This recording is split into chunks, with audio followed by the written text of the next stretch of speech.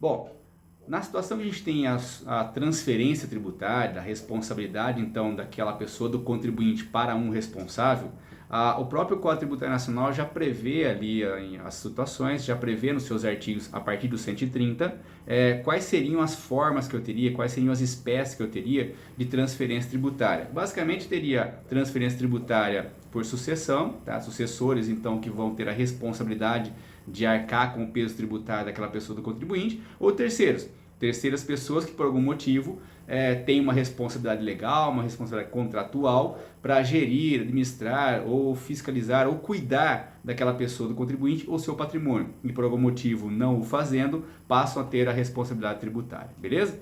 Bom, essas duas formas então que a gente viu inicialmente, né? A substituição tributária progressiva e regressiva, a gente deixou para vocês delimitados os conceitos, quais seriam as aplicações e a divergência que a gente teve na doutrina e finalizando então com decisões do STF. No caso aqui da transferência tributária, a gente ainda tem algumas discussões com relação ao artigo 135. Ele é o que mais dá trabalho para a gente, o que mais dá problema. Por isso nós vamos ter um pouquinho mais de calma com relação a ele, que é justamente quando você tem a responsabilidade das pessoas que vão administrar sociedades empresárias, sejam sócios ou não sócios. Essas pessoas então, em muitos casos, podem adquirir a responsabilidade tributária que era daquela pessoa jurídica, beleza? Mas vamos ponto a ponto para que a gente possa entender bem a transferência tributária e seus aspectos gerais, tá? Logo de início, eu quero que vocês tenham na cabeça que a transferência tributária transfere a responsabilidade tributária daqueles tributos que eram devidos pelo contribuinte, onde ocorreu o fato gerador, onde eu tenho a possibilidade da cobrança do tributo, onde já tenho incidência tributária. Porém, por algum evento futuro, impossibilita o Estado de fazer a cobrança do contribuinte. Transfere-se então a responsabilidade para aquela pessoa do terceiro, tá? Mateus, a gente está no slide 75 agora, tá? A gente está no 64, a gente vai para o slide 75 agora, certo? Nesse ponto, o que a gente tem? A transferência tributária se dá pelos tributos devidos anteriormente à operação. Mas qual seria essa operação? Qualquer operação descrita no código. A transferência pode se dar para aquisição de bens móveis, bens imóveis, aquisição de estabelecimento empresarial, aquisição da responsabilidade por administração daquela sociedade, falecimento de uma pessoa. Tudo isso são eventos que vão ser um marco para a gente saber até quando terá a responsabilidade tributária. Tome cuidado com uma coisa que às vezes cai em prova, é uma pergunta muito boba, muito tonta, muito mais de leitura mesmo, mais de atenção, que às vezes a gente erra, que é o quê? A partir do momento que eu tenho esse evento e transfere aquela emanescência de riqueza, aquele patrimônio para outra pessoa, para o terceiro, no caso da sucessão, eu não teria mais a figura da responsabilidade tributária. Por que não? Porque nesse momento o fato gerador vai ocorrer sobre a responsabilidade de uma outra pessoa. Então ali, essa pessoa que tem esse patrimônio não é mais responsável tributário, é contribuinte, porque é ele que faz ocorrer o fato gerador.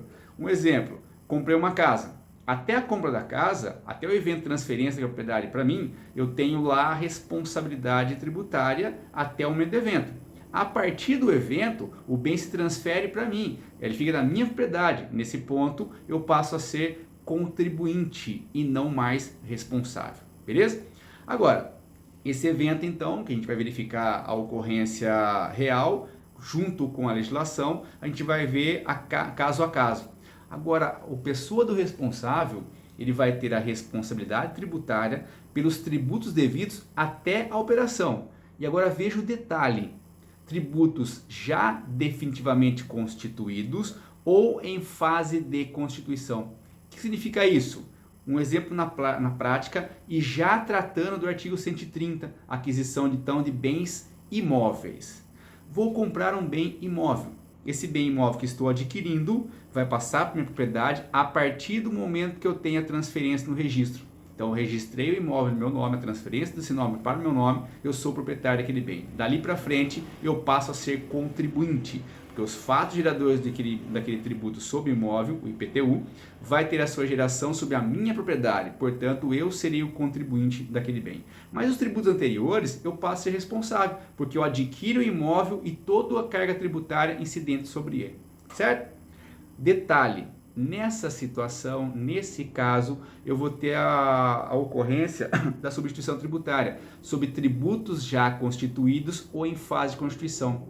O IPTU é ano a ano, então eu posso ter um IPTU que não foi pago em 2 anos, ou melhor, em 4 anos, só que só 2 já foi constituídos, só 2 anos já foram inscritos em dívida ativa. Eu tenho então os 2 primeiros anos que já foram inscritos. Se eu for pedir uma certidão negativa de débito, eu não vou ter uma certidão negativa de débito, eu vou ter uma certidão positiva. Um parênteses aqui, um corte metodológico.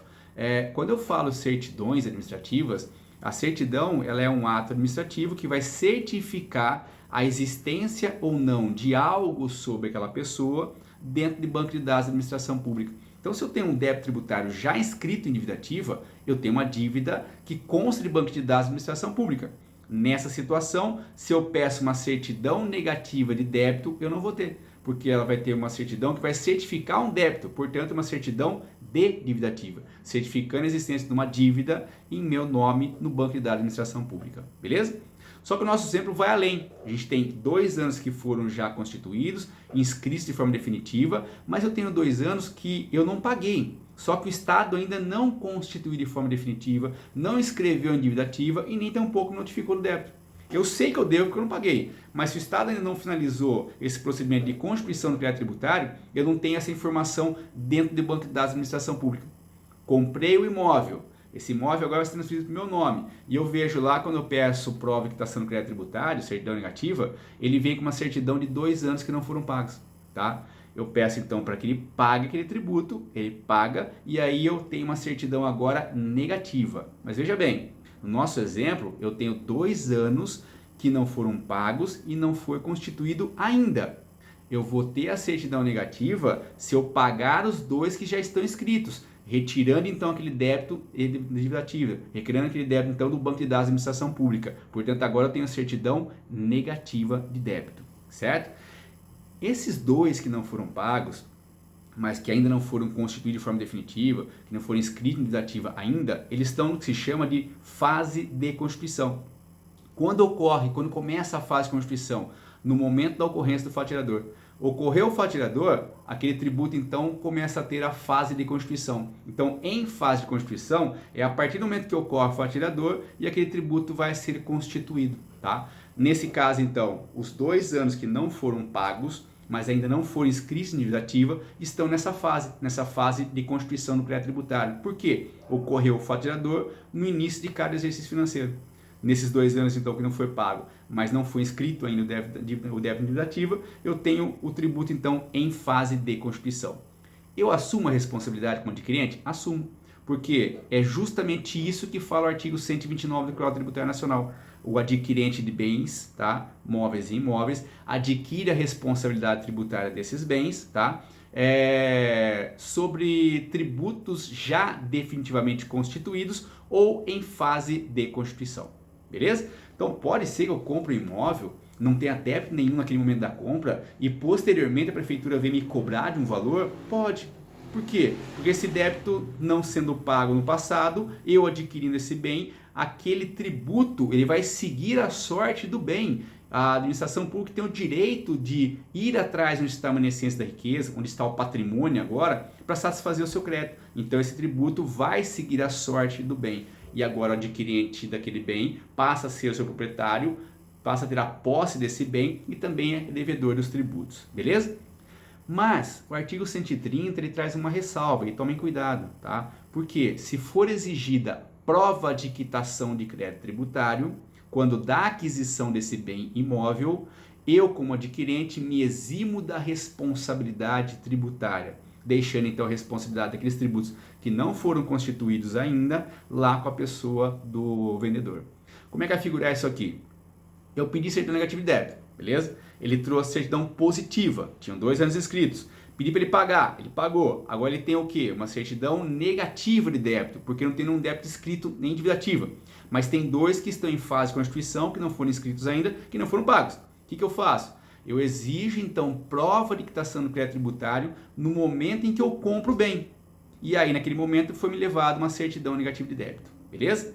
Só que há necessidade de eu dar publicidade a esse ato de exigência. Por que publicidade? Porque a certidão negativa de débito ela é temporária. A certidão negativa de débito é precária. Ela não é aceita como um meio legítimo para demonstrar o não pagamento, ou melhor, a não existência de débitos tributários naquele momento. Por quê? Pode ser que eu tenha uma certidão negativa de débito até na hora do almoço e a prefeitura vem escrever aqueles débitos dos 2 anos que não estão constituídos depois do almoço. Então, no mesmo dia, se eu for de manhã, eu tenho uma certidão negativa. Se eu for à tarde, eu tenho uma certidão positiva. E até por isso que as certidões não podem simplesmente ser utilizadas dessa forma. Para eu dar publicidade a esse ato, eu tenho que fazer constar no registro de transferência daquele imóvel para o meu nome, que naquele momento foi exigida prova de quitação do crédito tributário e foi apresentada esta prova, certo? Então vai ficar registrado lá que no momento da compra eu tenho lá a prova de quitação do crédito tributário. É assim que eu demonstro e é assim que eu utilizo o caput do artigo 130 do Código Tributário Nacional. Então, exigindo que se tenha a prova de quitação do crédito tributário, mas se registre no cartório, se registre na matrícula essa prova. E aí eu tenho a prova que foi exigido o pagamento do tributo. Beleza? Uma outra exceção que eu tenho também no artigo 130 seria o caso de você adquirir um bem, tá? Adquirir esse bem imóvel em asta pública. Nesse momento, adquirindo um bem em asta pública, em leilão público, o artigo fala que o valor da arrematação se subroga no valor do tributo. Ora, se eu levei um bem a leilão para que pudesse satisfazer o crédito tributário referente ao IPTU, vendendo aquele bem vai pagar justamente IPTU. Então, eu adquirindo aquele bem que teria os débitos do IPTU, não posso adquiri-lo com os débitos daquele tributo. Portanto, o valor da arrematação que foi realizado naquele leilão, ele se subroga no pagamento daquele tributo. Portanto, não vai ser cobrado de mim aquele valor, beleza? Então, quando eu compro um bem em asta pública, é uma aquisição originária. Não pode advir ali aquele bem junto com a tributação, junto com os tributos inerentes àquele imóvel, beleza? Seguindo, então, a gente vai ter lá a aquisição de bens imóveis, de bens móveis, lá no artigo 131, inciso 1. Tome bastante cuidado com ele, porque ele segue a mesma sorte que eu tenho do adquirente de bens imóveis. Então, quem adquire bens móveis, adquire esses bens passando a ter responsabilidade tributária pelos tributos devidos até o momento da operação. No caso de bens móveis, a tradição. Então, quando eu entrego o bem, quando eu faço a transferência, quando eu tenho a tradição daquele bem, eu tenho a responsabilidade, então, assumida como responsável tributário pelos tributos devidos anteriores a essa operação, sejam eles já constituídos ou em fase de constituição. O IPVA. Compro um carro, compro uma moto, eu sei que eu já tenho a responsabilidade, então, dos tributos devidos até o momento da operação, até aquele momento da transferência. Beleza? Detalhe. As duas exceções que eu falei para vocês lá, aquisição de bens em asta pública e também a aquisição exigindo prova de quitação do crédito tributário, elas só se aplicam àquele caso do artigo 130, beleza? Então, só aquele caso da aquisição de bens imóveis. Por quê? 2 motivos. Primeiro, a aquisição de bens imóveis, eu tenho um marco público, que é o registro, para saber exatamente quando se deu a transferência. Já nos bens móveis é mais complicado, porque é com a tradição e não com o registro. O registro é meramente uma formalidade para que eu tenha a transferência daquele bem de forma formal, para que a administração pública possa saber quem é o atual proprietário daquele bem. Mas não se dá a transferência do bem móvel com o registro, se dá com a tradição, com a entrega. Então eu posso ter a tradição esse ano e simplesmente transferir esse bem no ano que vem? Posso, tá? Estou incorrendo numa infração legal, porque eu tenho lá a legislação de trânsito que prevê a transferência num certo período, a informação de transferência pelo vendedor num certo período e a transferência em si pelo comprador dentro de um certo período. Portanto, se eu fizer ano que vem, eu estou fora da legislação. Mas eu posso ter um bem que esteja já na minha posse, já na minha propriedade, mas que ainda não tenha sido feita transferência daquele bem no registro, beleza? Então, por conta disso, não se aplicaria sobre bens móveis, justamente por causa desse marco ser complicado de ser analisado. Agora, e o principal que foi justificado e aí aceito pelo STJ é o quê? Se quisesse o legislador que a exceção fosse aplicada também a bens móveis, ele não colocaria bens móveis num artigo separado daqueles onde tem a exceção. Veja bem, bens imóveis eu tenho no caput e parágrafo único do artigo 130. Bens móveis eu tenho no inciso 1 do artigo 131. Portanto, são institutos diferentes, são artigos diferentes, são capítulos diferentes do mesmo diploma. Nesse caso, então, só se aplicam as exceções aquelas exceções previstas no artigo 130, certo?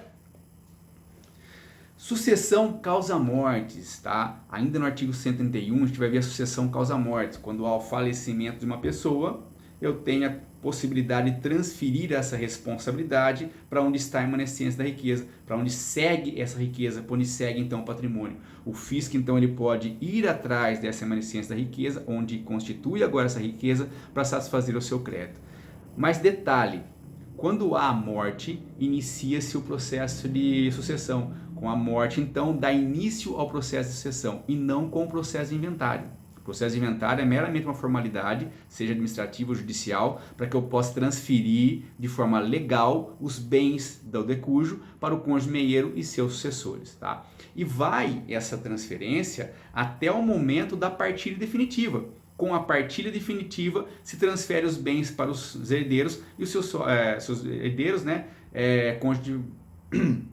cônjuge meieiro e os sucessores. A partir desse momento, se transferir o bem para os herdeiros, eles passam a ser contribuinte e não mais responsável pelos tributos devidos dali para frente. Por quê? A propriedade agora é deles. O fato gerador ocorre sobre eles. Nessa situação, então, eu teria eles como contribuintes e não mais como responsáveis.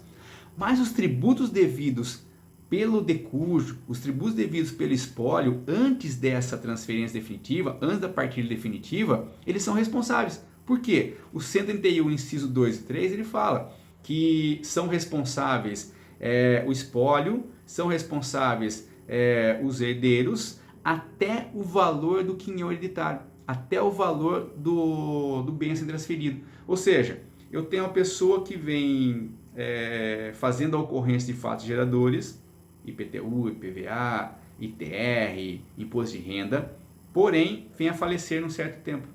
Falecendo, deixou lá alguns tributos para trás sem serem pagos.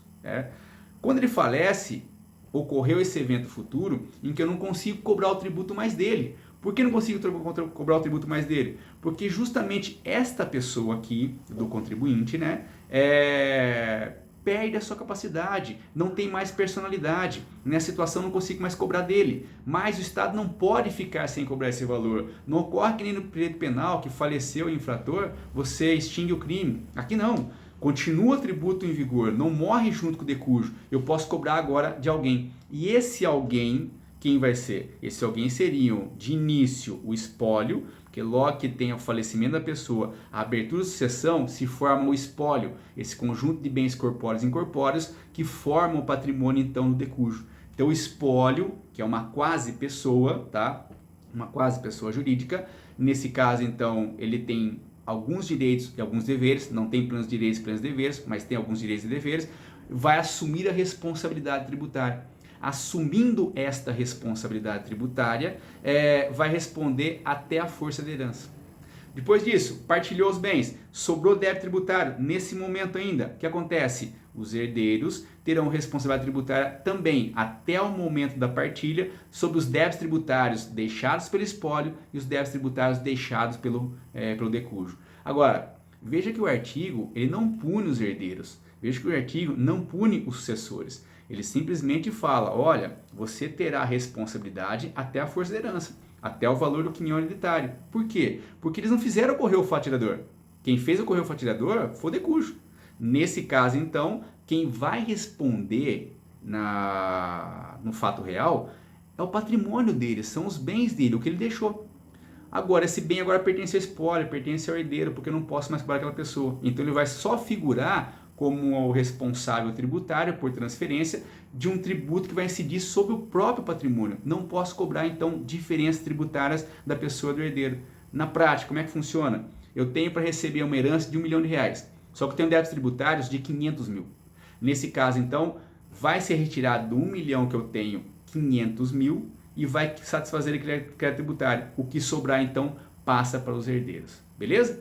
Aqui então a gente tem a sucessão causa-mortes. Sucessão então que eu respondo até a força da herança, até o valor do quinhão hereditário. Não vai passar do valor do quinhão hereditário. Se eu tiver um valor maior para receber do que, menor para receber do que o valor que eu tenho para pagar, eu tenho para receber 500 mil, mas o débito tributário é de 1 milhão. Eu tenho que pagar a diferença como herdeiro? Não, não tenho que pagar. Eu vou pagar o valor até os 500 mil, que é a força da herança, e o restante, então, infelizmente, o Estado não tem condições de cobrar. Certo?